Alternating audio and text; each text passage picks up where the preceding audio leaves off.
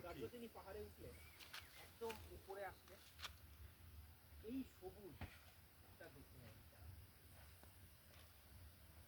360 degree দেখা যাচ্ছে এবং চারিদিক